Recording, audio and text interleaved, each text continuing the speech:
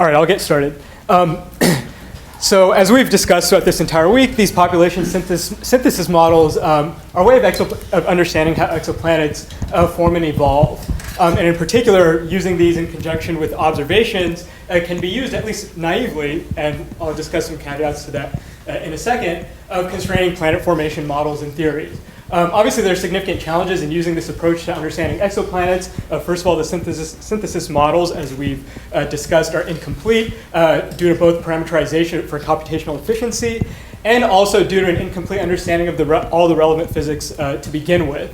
And furthermore, the observational biases that we discussed yesterday and the day before complicate the interpretation of the comparison between the model and observed exoplanets, the whole statistics issue that we talked about after the first few talks this morning. But nevertheless, such models can be potentially powerful and a good way of understanding and characterizing statistically, at least, how the observed population of exoplanets came to be. So the question that we're addressing is how disk mass affects planet formation. And disk mass drives the availability, can affect planet formation in a couple of ways, at least big picture wise. And first and foremost, the disk mass drives the availability of material from which planets are made of.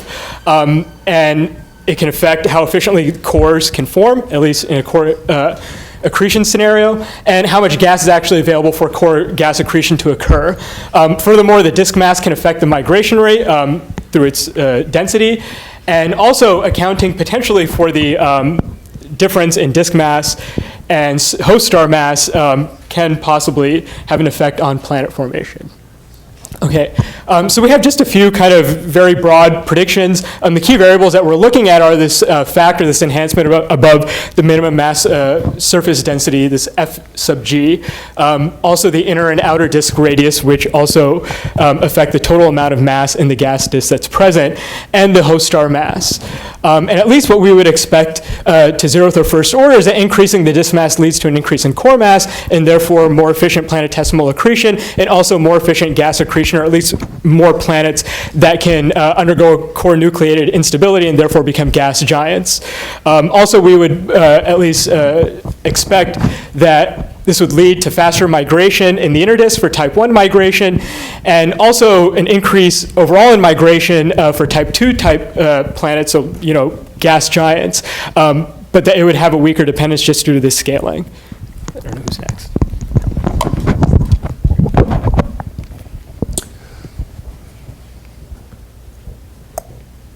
Okay, so I'm going to talk about some of the results from the systematic study that we did. And so what we're doing is we're looking at a solar analog and then simulating multiple times to figure out what the mass distribution as a function of semi-major axis is for that system. And we're keeping everything the same, but we're just changing the scaling factor, that Fg of the disk mass.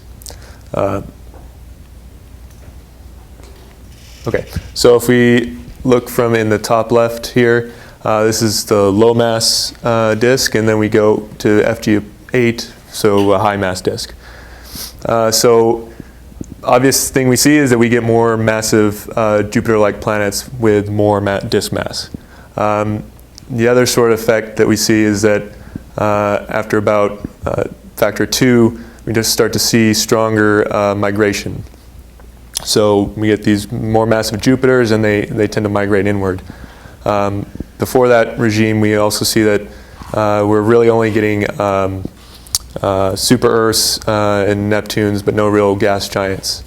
And then in the more extreme case of really high disk mass, we get really effective migration to the extent that we almost get no planets here in this 10 Earth mass range, and we get in a real explosion in the gas giants.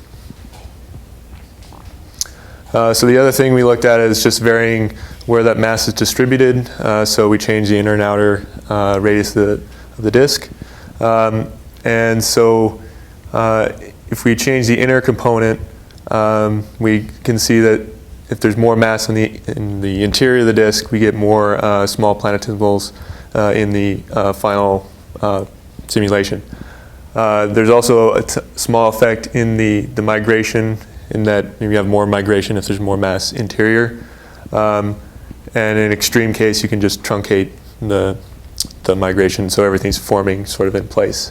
And if you vary the outer component, you just get more massive things in the farther extent, as we would expect.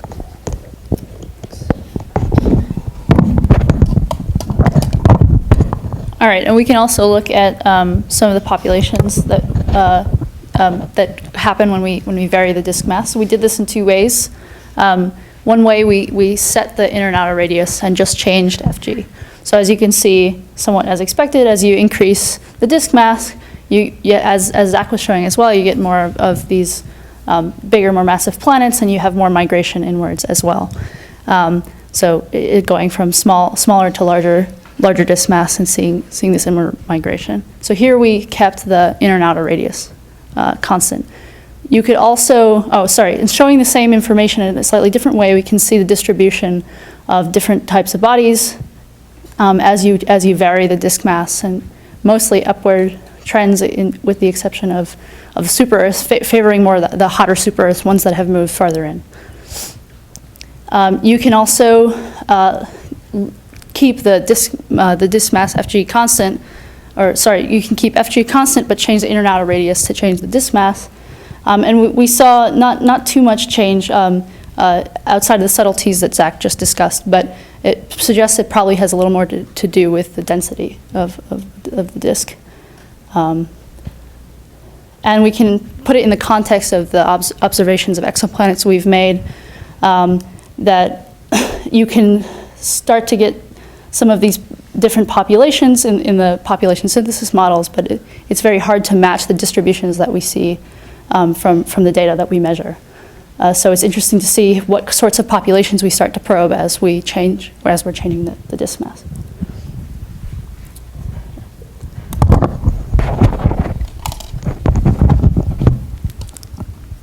Oh.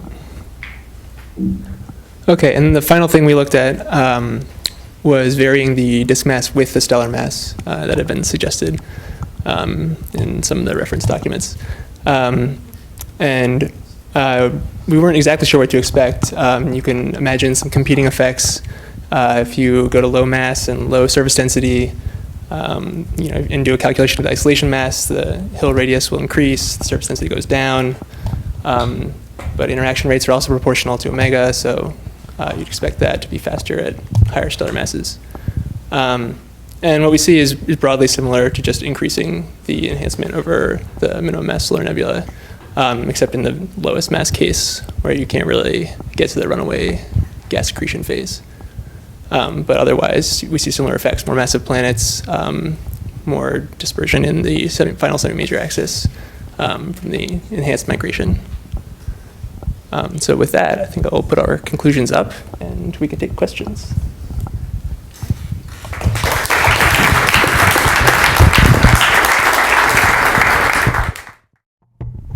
The question was, could you ever look at a planet and trace back the initial disk conditions from looking at its composition? Or maybe a simpler. Okay, and then, and more simply, if you observe, say, a 5 Jupiter mass planet at 1 AU, does that mean it must have come from a very massive disk? Does anyone have an answer that they're burning to share? Briefly. Under certain assumptions, you can certainly place constraints, right? Because under making certain assumptions that, for instance, forming a giant planet at a tenth of forming, say, something larger than Neptune size at a tenth of an AU, and finding it there would probably have been the result of an enhancement in the disk mass, such that it would have been gravitationally unstable, right? Under making a certain number of assumptions. So I think that broadly you can probably make some claim, or at least place some constraint on certain classes of planets on, whether they could have come from somewhere else, or whether they formed where we're seeing them. But I think in general, you can't say anything totally powerful. You can't place a really strong constraint. Okay, you know it had to have started here, especially due to the uncertainties in the migration, right? Like we have all these fudge factors and things like that in here, and it goes back to the point that I made at the beginning regarding the incomplete knowledge of the understanding of the physics. And so even for instance, if we were going to say, okay, if we formed something totally in situ, if we formed a Jupiter at a tenth of an AU in situ, then we know we would have had to have increased the disk masses and, assuming, say, solar metallicity to a point where it would have just been totally tumor unstable. That doesn't mean necessarily that there couldn't have been a local disk, instability that results in a local overdensity that somehow managed to accumulate material there, right? So it's just the amount of physics that we're leaving out of this, and that that we know in general is lacking. And so I think it would be very silly to place any type of really hard constraint on where any of these things came from. Yes? I have a somewhat related question, maybe it's the same answer, if I can say so. What is the most massive planet that you were able to form in these simulations? You can ask the guys that ran the simulations. The question was, what was the most massive planet we could form in these simulations? Yeah, I think it's about 1,000 Jupiter mass. So yeah, I mean, look at you can.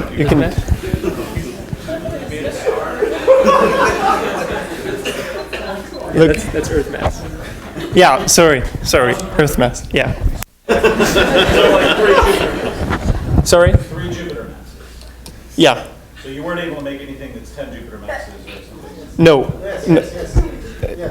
Before, yeah, there are two simulations, and in that simulation, it's beyond 3 Jupiter mass. But yeah, there is.